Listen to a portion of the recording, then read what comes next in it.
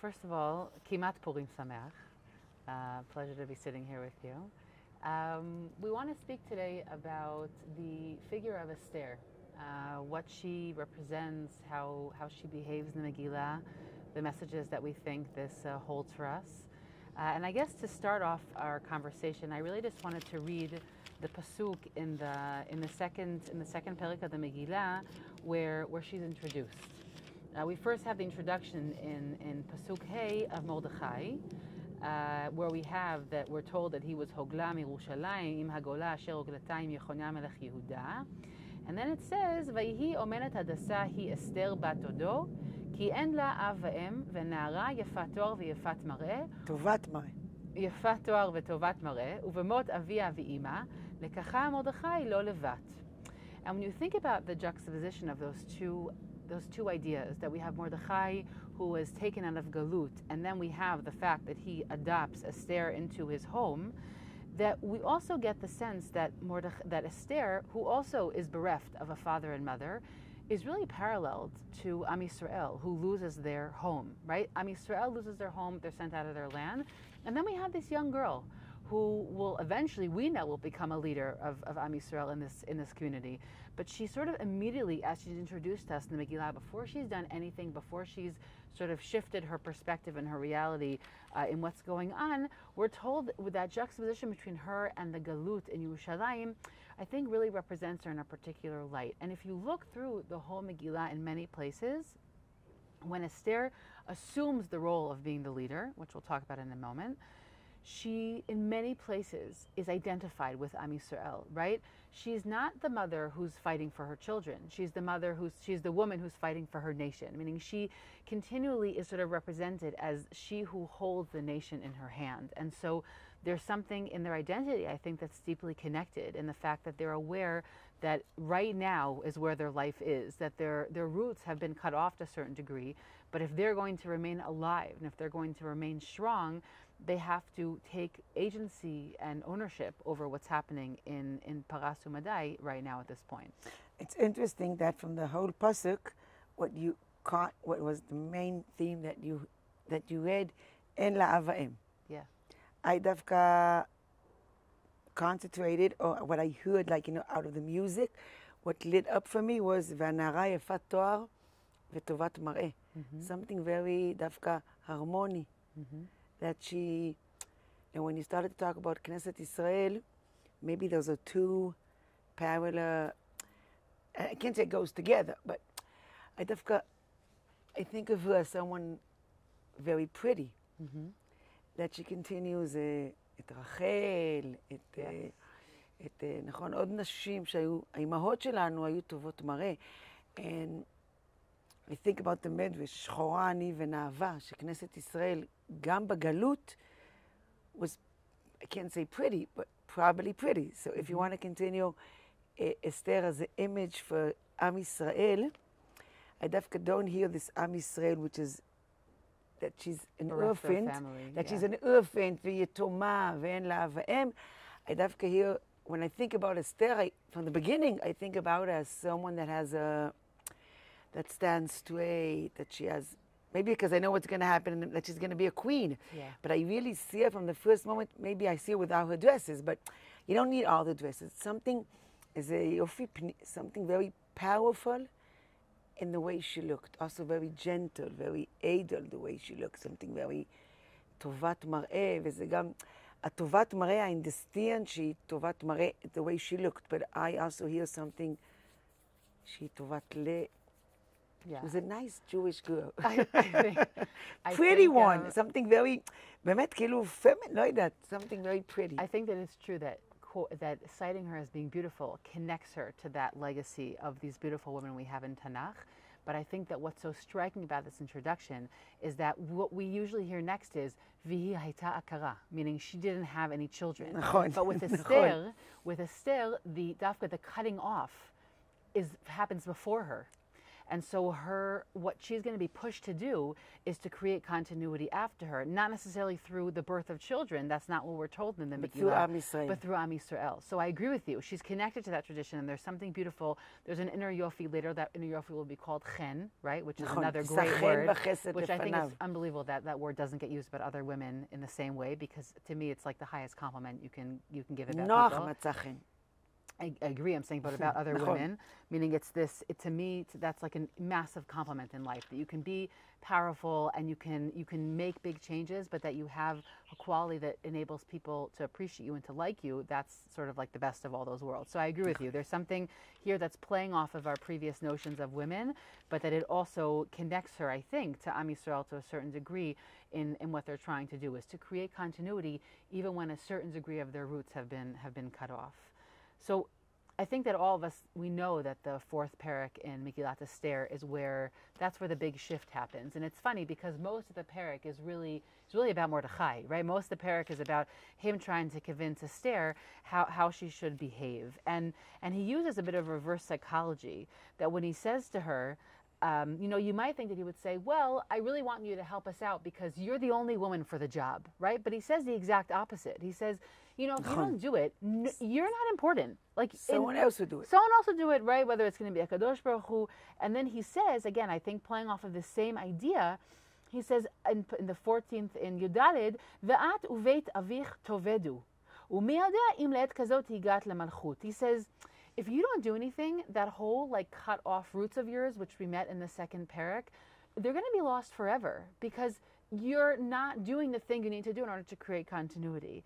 And then the second part, which I think is a separate reason for how he tries to convince her, is that he says, and maybe this is why you got to this position. Meaning, for the most part, he says, it's not really about you, right? It's really, anybody could do this job. It'll happen from somewhere else. But he says, but in your personal little story of who Esther is, maybe this is your big moment, And I think that a lot of people, we have those moments a lot of times in our careers where we say like, oh, maybe this is that moment. Like if I make this choice right now, like, I'm sure like everybody has it in their own framework of their own personal life. And that to me is really powerful about Mordechai and Esther. He doesn't say to her, like, you're the woman for the job. He says, in general, I think this role could be fulfilled by a lot of people. But in your personal story of who Esther is, I think this is your moment. Like in the role that you have in this world for Am Yisrael, I think that this could be the moment that you make this your identity. But it's very interesting because I always hear it as if you're not going to do it, you have no excuse. אל תדמי בנפשך למלא את בית המלך מכל היהודים. In my ears is, you have no excuse. But you're right, he says, רווח והצלה. יעמוד ליהודים ממקום אחר. It's reverse psychology. It's about you. It's not about Am Yisrael. It's about your involvement, the way you're going to live your life. Which if you don't do it, okay. Somebody else will do that and it's like I always make a joke that I always feel like chufshat leida, when you have maternity leave, it's always like this big lesson and like, oh, the world continues even if you disappear for a few months. And that to me is a little bit like what he says here to Esther. He's like, if you don't do anything, we'll figure it out. Like we'll get it from somewhere else. But in your personal trajectory, this is your moment. And I think that Esther, in na'anet lakriya, she goes, it's because she understands that she does have a role that she has to take the responsibility. She doesn't hear רווח והצלה יעמוד ליהודים ממקום אחר. She really... Now, I want to look דווקא in the continuation of פרק ה'. ויהי ביום השלישי ותלבש אסתר מלכות. ותעמוד בחצר בית המלך הפנימית, והמלך יושב על כיסא מלכותו. And here she is, היפת תואר והיפת מראה, שלא מדמה בנפשה להימלט בית המלך, and she goes. But before she goes, that we skipped the one pasuk in the middle. וכן אבוא למלך אשר לא כדת, וכאשר עבדתי, עבדתי. And the Medrash, which always fills in how they want us to read the psukim. Right? So she says, כאשר עבדתי, עבדתי. This can be very bad, but I'm willing to take the risk. אני מוכנה למסור את הנפש. ואז היא לובשת מלכות. And when we read the Megillah, ויהי כראות המלך את אסתר המלכה עומדת בחצר. Now, we know it's going to happen. But the Medrash stops here, takes a deep breath, and gives us another ending for the story, which is not נשאה חן בעיניו, ויש את המלך אסתר המלכה את שרביט הזהב. קוראים את המדש, ויהי כראות המלך את אסתר המלכה עומדת בחצר, ותבער חמתו בו מאוד. והוא אומר, למה באת לפניי בלי קריאה? אסתר רבה. He gets very angry and he says, why did you come? Now, of course that's what he said, because Esther knew that's what he's going to say. כל עובדי המלך והמדינות המלך יודעים. When she said, כאשר עבדתי, she really meant it. She said, he's going to kill me. And the Medrash says, yes, he was about to kill her. Because that's the way the world works. And she knew how the Achashverosh works, how the world works. She didn't take it for granted. She has a ness. And the only way she תישא חן בעיניו זה she has a big miracle. And she was willing to do it, understanding. When the Medrash says, I think it's a it's not only beautiful, I think it's a very deep Medrash saying, this, what she took in consideration is going to happen, and this happened.